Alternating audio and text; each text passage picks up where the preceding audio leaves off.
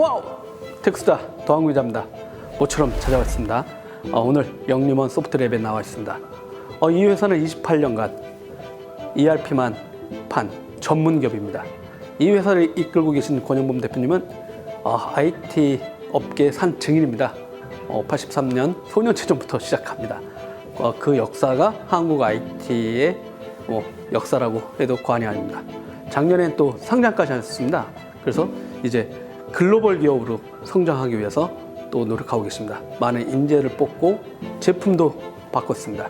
그런 지칠 줄 모르는 열정 어디서 나오시는지, 또 미래에 어떤 걸 염두에 두고 계신지 그 꿈을 같이 한번 들어보시죠.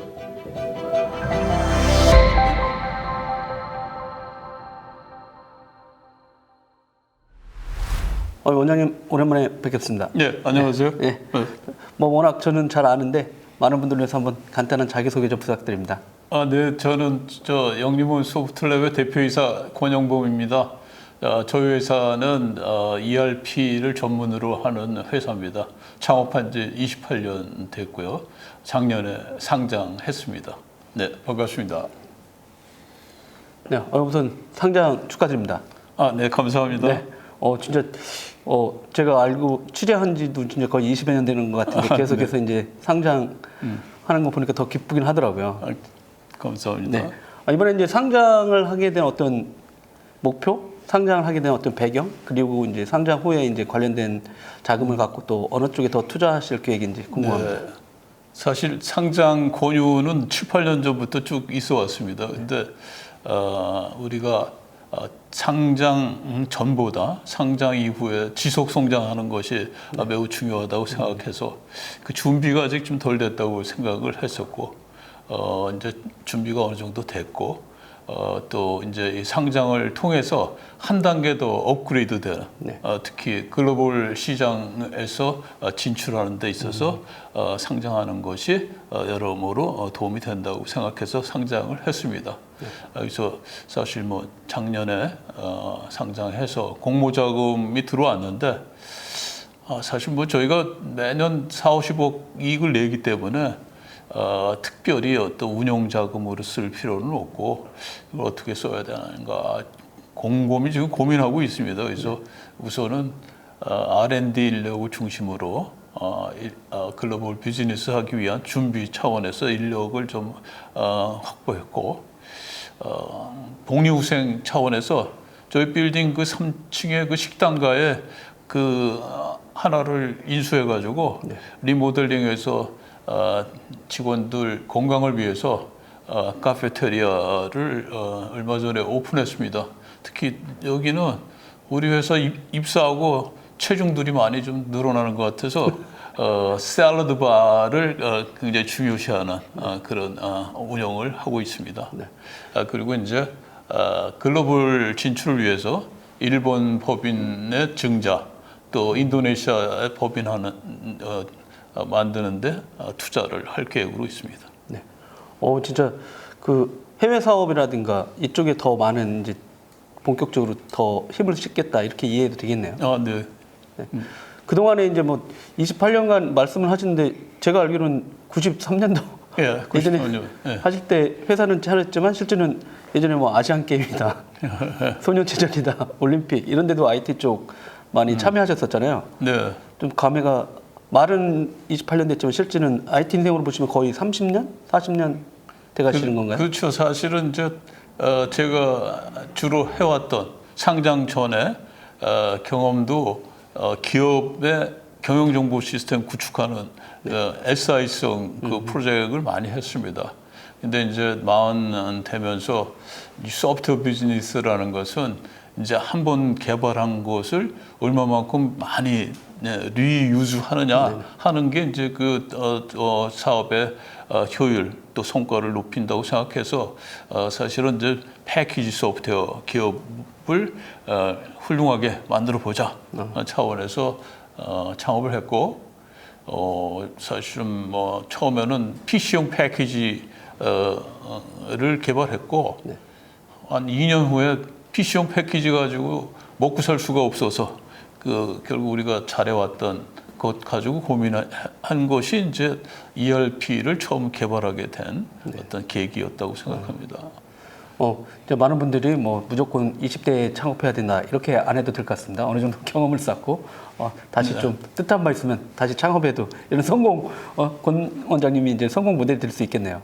뭐 그렇게 볼 수도 있고 사실은 이제 ERP 소프트웨어는 사실은 IT에 대한 지식과 경영에 대한 지식이 이 통섭이 돼야지만 이게 가능한 그 비즈니스고 특히 이제 그것을 패키지화 해가지고 하려면 많은 다른 다양성에 대한 경험이 없으면은 이것을 패키지로서 완성하기가 굉장히 어렵습니다.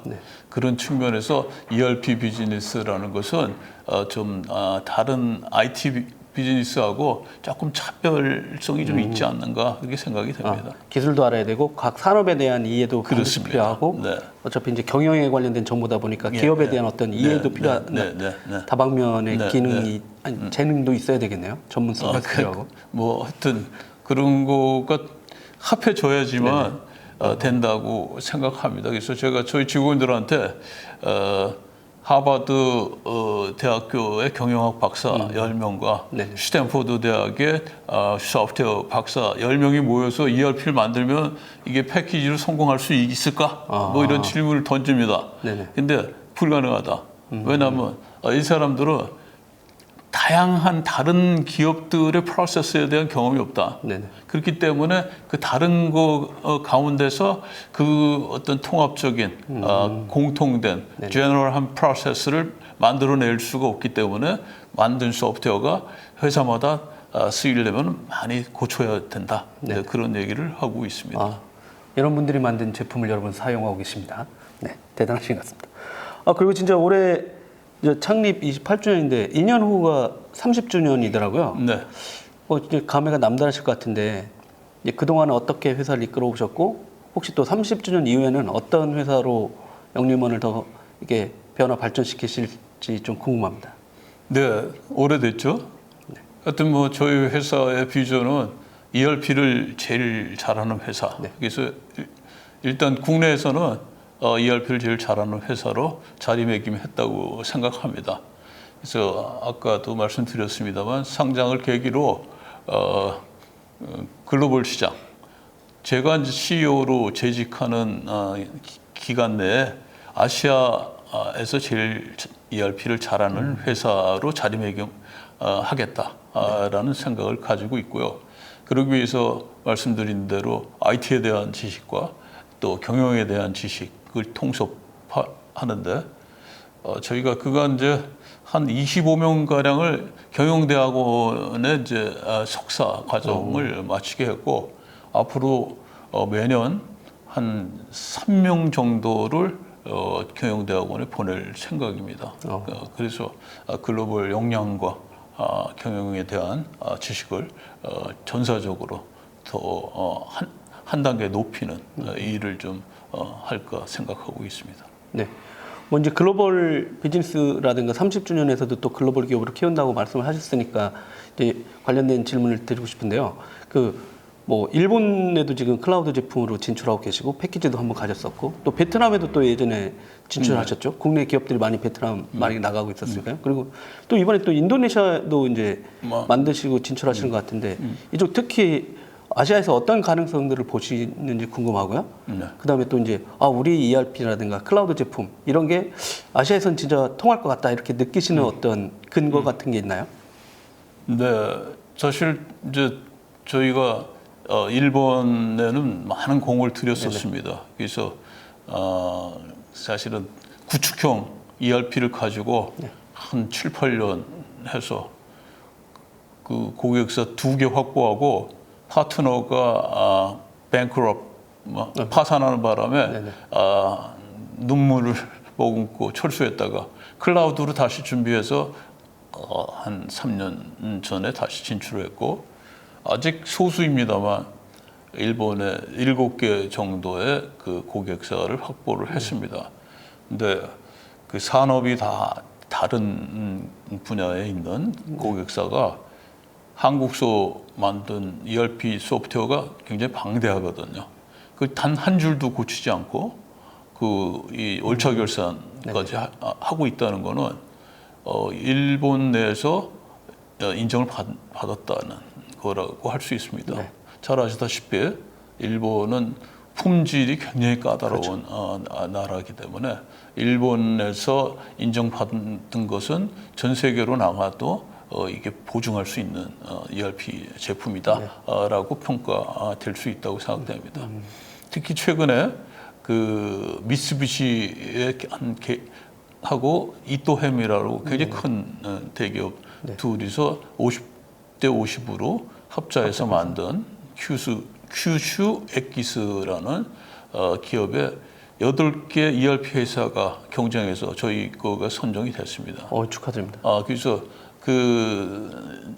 여기가 성공이 되면은 일본 내 대기업의 계열사들은 굉장히 많습니다. 그렇죠. 예, 한국하고는 이게 비교가 안 될 정도로 굉장히 많고, 약간 규모가 작은 계열사들에 대한 ERP 솔루션이 마땅치 않습니다. 일본 내에서는 SAP에 대한 평가가 이렇게 좋지 않고 가격만 비싸다라는 평가들을 하고 있기 때문에, 그래서 그런 데서 지금 눈여겨보고 있고, 또 일본이 동남아시아 시장에 대해서 굉장히 오래전부터 투자를 많이 했죠. 많이 했습니다. 그래서 일본의 그 투자 기업들, 동남아시아 기업들에 대한 솔루션도 마땅한 게 없습니다. 그래서 일본에서 엔지니어가 가서 이 서포트를 하려면 비용이 또 엄청나게 들고 하기 때문에, 그런 측면에서 저희는 이번 이 큐슈의 기스 고객이 매우 중요한 동남아 진출에 있어서 굉장히 큰 어떤 교두보를 마련할 수 있게 되지 않을까 생각됩니다. 물론 저희가 베트남에는 진출한 지 한 10년 가까이 되고, 저희 그 법인이 한 70개에서 80개 정도 고객을 확보했는데, 사실은 주로 한국 투자 기업이라는 거가 조금 아쉬운 측면이 있습니다. 그래서 이제 인도네시아에 진출할 때는 현지 기업이나 현지 기업이나 해외 기업을 해야 되겠다라고 생각을 해서 올해 이제 법인으로 이 전환해서 할 생각이고, 하여튼 해외에 나가는 거는 저희 인력이 최소화돼서 나가는, 그래서 파트너를 확보하는 거가 굉장히 중요한 전략이라고 생각을 하고 있습니다. 보시면 이제 최근에도 이제 그 조직 개편뿐만 아니라 이제 또 K 시스템, 에이스 이제 업그레이드 버전도 내놓으시고, 이제 여기서 이제 산업별 프로세서를 되게 강조를 많이 하고 계시잖아요. 그리고 또 이제 고객 행사도 이제 마련하시고 계속 관련된 설명도 계속 하고 계신데, 요게 산업별 특화 프로세서, 이게 좀 어떤 건지 좀 이전에는 좀 약간 다른 접근법인지 궁금하더라고요. 네, 사실 이제 그 ERP 벤더사들은 ERP라는 하나의 프로덕트를 개발해서 출시를 합니다.